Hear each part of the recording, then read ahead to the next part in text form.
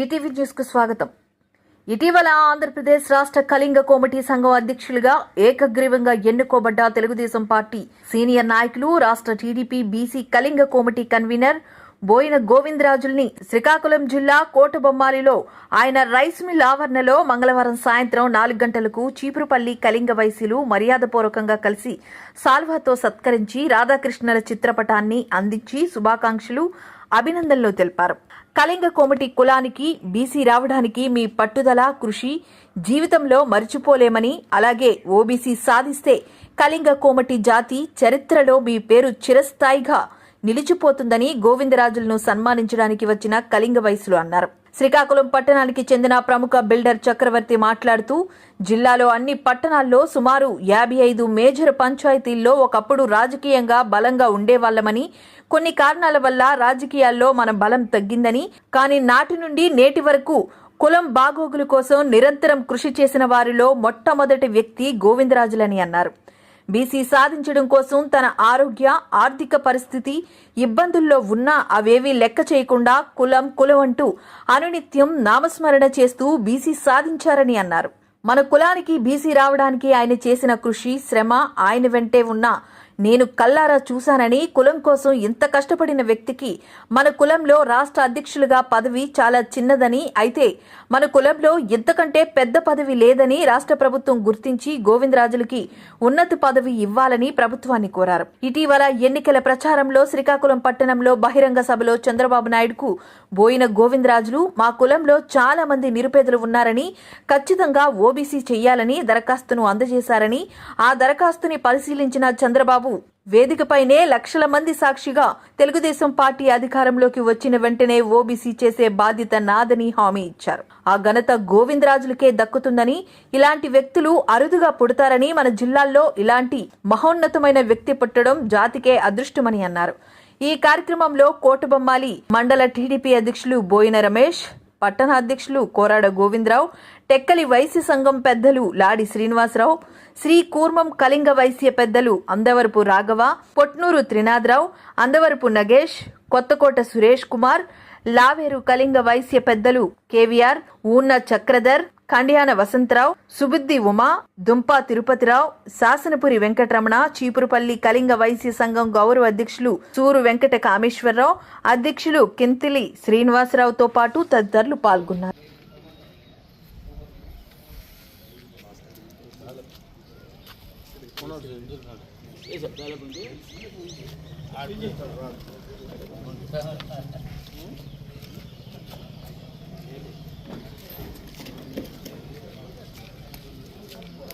కూర్చోండి బాబు. 2 విషయాలు చెప్పదలుచుకున్నాను. మన కులాలు, మన జాతి అంటే మేజర్ సెగ్మెంట్స్ అన్ని దగ్గరలో కూడా బలంగా ఉన్నాం. అంటే కోటబొమ్మలు కావచ్చు, మీలాగా చీపురుపల్లి కావచ్చు, హిరమండలం కావచ్చు, కొత్తూరు కావచ్చు, బత్తిలు కావచ్చు, ఇంచుమించుగా 55 మేజర్ పంచాయతీల్లో మనం బలంగా ఉండేవాళ్ళం.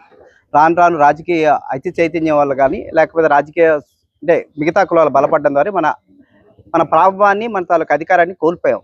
కానీ అదే పట్టుదలతో, అదే నిబద్ధతతో ఎవరైతే ఉన్నారో అటువంటి వ్యక్తుల్లో మొట్టమొదటి కోవకు చెందుతారు గోవిందరాజులు గారు. అయితే మనందరూ రాజకీయాల్లో చేయడం లేదా, తిరగడం లేదా, తిరుగుతున్నాం. కానీ ఒక్క పట్టుదలతో కులము, గ్రామం ఒకే నిబద్ధతతో ఉండే వ్యక్తి మన కమ్యూనిటీలో మొట్టమొదటి వ్యక్తిని నేను బలంగా చెప్పగలుగుతాను.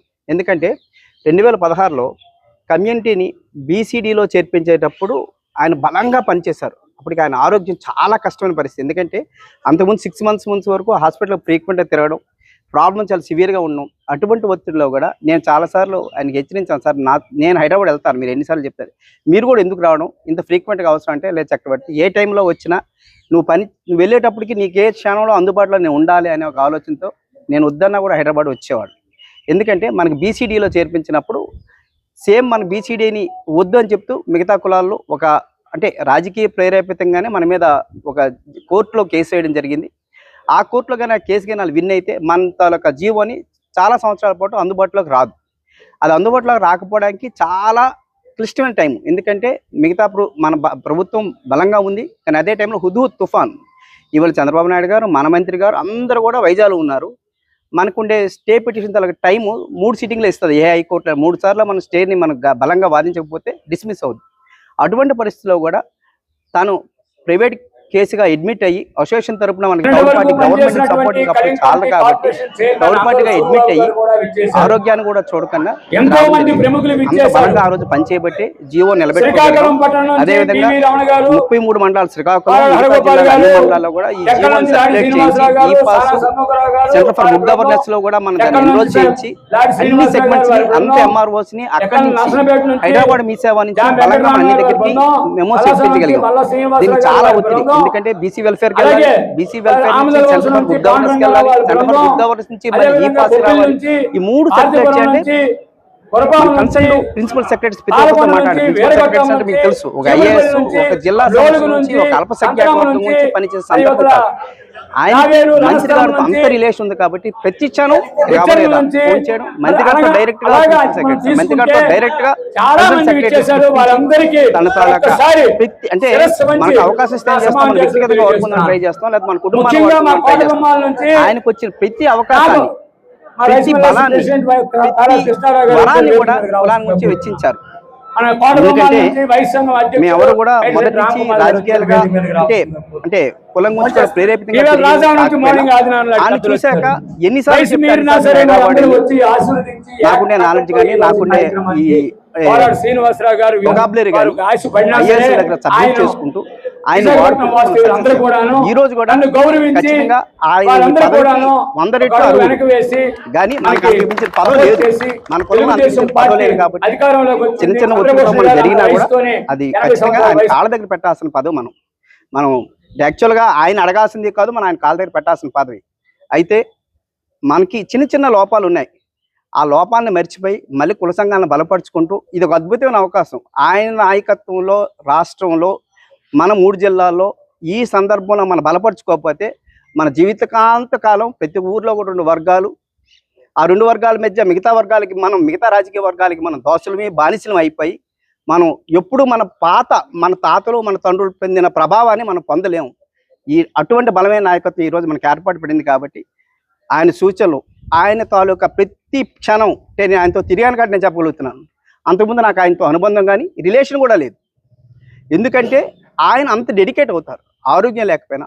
ఫైనాన్షియల్ కూడా ఈరోజు సందర్భంలో చెప్పకూడదు కానీ చాలా సమస్యలో ఉన్నా, ఎంతో ఒత్తిడితో ఉన్నా, ఏ విధంగా చేసినా ఆ కార్యక్రమం జరగాలి, కులానికి మేలు జరగాలి, నా జీవితంలో కులంకి ఇది చేశాను అని ఒక దీంతో ఉన్నారు. అది మన మొదటి స్టెప్, అది ఆయనతోనే జరిగింది. మళ్ళీ 2వ స్టెప్ కూడా ఆయనతోనే జరుగుతుంది. దానికి మనందరం బలంగా ప్రతి సందర్భంలో కూడా ఆయన ఎలివేట్ చేసుకుంటూ మనం గౌరవం పొందుతాం.